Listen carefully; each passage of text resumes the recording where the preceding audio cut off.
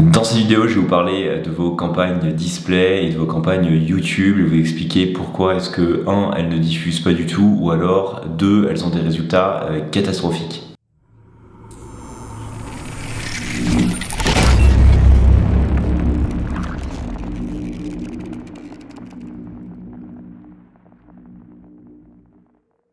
Bonjour à tous, bienvenue sur Web Market School, la chaîne YouTube dans laquelle je vous apprends à faire plus de business grâce à Google Ads. Aujourd'hui, on va parler de campagnes YouTube et des campagnes sur le GDN, donc le Google Display Network. C'est clairement deux leviers qui peuvent être des très beaux leviers de croissance pour votre boîte. Si vous les utilisez intelligemment, le problème c'est que c'est également des outils qui sont assez complexes et la plupart d'entre vous, je pense, ne comprennent pas toute la subtilité de ces outils-là.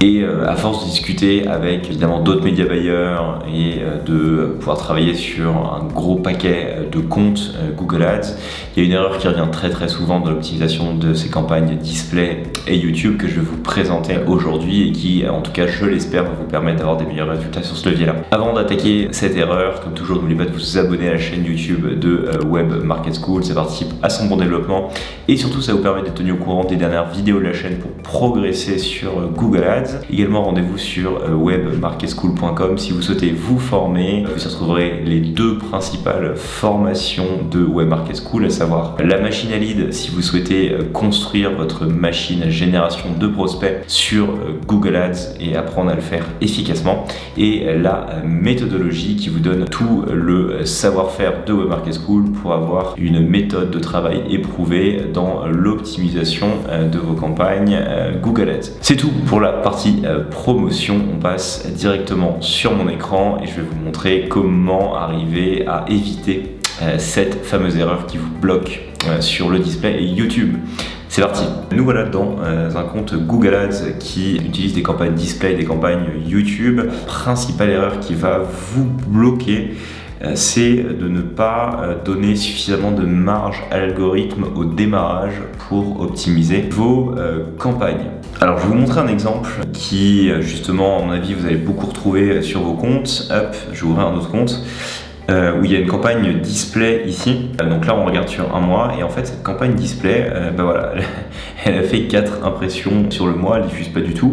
Les annonces sont approuvées, il n'y a pas de souci. Quand on va dans la partie groupe d'annonces, on voit que le plafond qui a été mis sur cette campagne-là est à 14,90. En parallèle, quand on va regarder l'historique du coût d'acquisition sur le compte, donc sur la partie vue d'ensemble, on voit que sur le mois passé, le compte a un coût d'acquisition à 10,56 € en moyenne et qu'il a clairement beaucoup de data. On a fait 5000 conversions sur ce compte-là, clairement c'est un compte qui tombe très bien. Et pourtant, la campagne display ne diffuse absolument pas. En fait, c'est simplement que de base, quand vous allez lancer des campagnes display, il va falloir être ultra agressif au démarrage sur la manière de la lancer pour que en fait, l'algorithme ne soit pas bridé dès le départ et surtout qu'il ait de la marge de manœuvre pour optimiser. Donc il y a deux choses. Premièrement, je vous déconseille quand même de passer en maximiser conversion ou en ICPC. Vous allez retrouver d'autres média buyers ou d'autres chaînes YouTube, surtout les Américains, qui vont vous conseiller d'utiliser du ICPC ou autre. Ça va clairement vous permettre de diffuser, mais le problème c'est que vous allez souvent vous retrouver quand même avec des clics de très mauvaise qualité. Je vais vous donner une option un peu intermédiaire qui va vous permettre de diffuser sans pour autant vous ruiner. C'est simplement de jouer, évidemment, je pense que vous l'avez compris, sur le plafond de CPA que vous mettez, mais de mettre des gros plafonds de CPA au démarrage. On va se remettre sur l'autre compte là qui diffuse bien.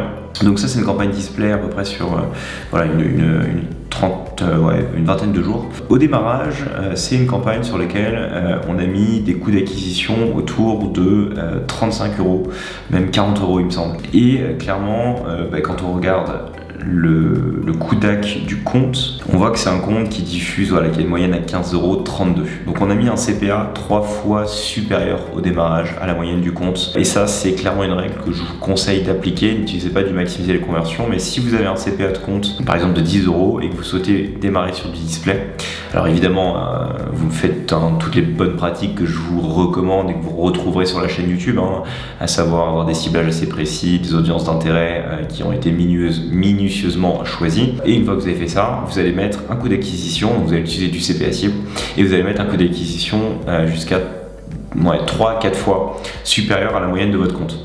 Ça va vous permettre de diffuser correctement et de retrouver déjà la diffusion. Alors, c'est pas tout. C'est-à-dire qu'au démarrage, clairement, comme l'algo a beaucoup de marge, il va surdiffuser et vous allez vous prendre des grosses disquettes. Et ça, il faut le savoir. Il faut accepter quand vous lancez sur YouTube ou le display de perdre de l'argent au démarrage. C'est très rare d'être rentable dès le jour 1. Et c'est un peu ce qui se passe ici.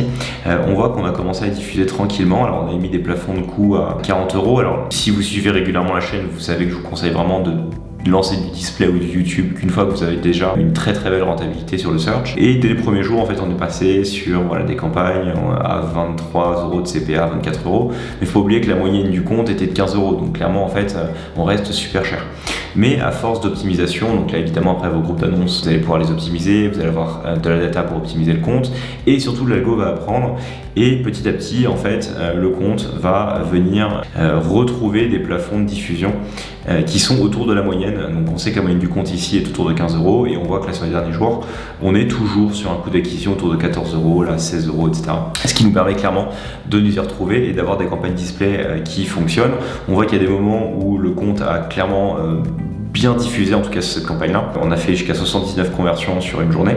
Là, le compte est un petit peu plus rodé. Et en fait, ce qu'on a fait, c'est qu'au fur et à mesure, on est venu bien évidemment baisser le coût d'acquisition pour arriver à un coût d'acquisition à 16 €, qui nous permet aujourd'hui de diffuser. Et donc, aujourd'hui, là, certes, l'algo est un petit peu plus bridé. On va moins diffuser que quand on avait de la diffusion avec des CP à 30 €, mais on voit qu'on a une moyenne à 15,33 € qui nous permet aujourd'hui de récupérer une dizaine ou une vingtaine de conversions par jour dans un CPA qui est dans la moyenne du compte. Contrairement à l'autre compte où en fait on a essayé directement de mettre de la diffusion à 15 € et on voit qu'on diffuse pas du tout. Donc là typiquement sur ce compte là, on va faire le même process, on va repasser à 40 € de CPA et puis on va voir comment ça se débrouille et on va essayer de roder la campagne au fur et à mesure pour arriver enfin à un target CPA autour de 14 € et si tout se passe bien, ça devrait le faire. Idem sur YouTube, voilà l'exemple d'une campagne YouTube où au démarrage on a mis des coûts d'acquisition qui étaient hyper bas et on voit qu'on faisait 73 impressions par jour, enfin bref, aucune conversion, rien à se mettre sous la dent. Et puis on a décidé de tout passer à 50 €.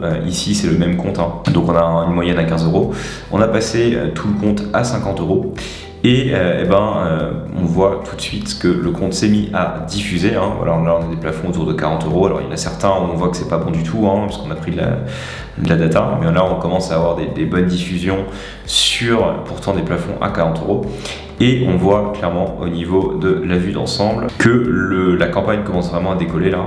On est capable de faire 13 conversions par jour et ça ne fait qu'augmenter parce qu'on a clairement donné de la marge à l'algorithme et ça nous permet de bien diffuser. Et pourquoi ça fonctionne? C'est-à-dire que comme on a très bien rodé nos offres, on sait que notre proposition de valeur est bonne, on a un très bon ciblage d'audience, comme je vous l'explique régulièrement sur la chaîne, encore une fois, on est quasiment certain que même en mettant en fait des coups d'acq à 50 €, on va s'y retrouver. Alors on a vu qu'il y avait quelques groupes d'annonces qui n'étaient pas bons et qu'on a posé au fur et à mesure, mais que maintenant voilà, on a quelques pépites là qui diffusent très bien, pourtant les plafonds sont très élevés, mais on voit clairement l'algo arrive à atteindre largement la cible de CPA et à retomber encore une fois sur une cible à peu près moyenne du compte. Donc pour résumer, pour bien réussir sur YouTube et le display, quand vous avez bien rodé votre compte sur le search et que vous avez des bonnes offres, lancez-vous avec des stratégies d'enchère au CPA cible, mettez des cibles jusqu'à 3 à 4 fois la cible moyenne de votre compte et laissez tourner pendant 2 à 3 semaines l'algorithme en évidemment raffinant les autres groupes, mais laissez tourner à ces plafonds-là et ça va vous permettre clairement de prendre de la data, d'avoir beaucoup plus de diffusion et encore une fois, si vos offres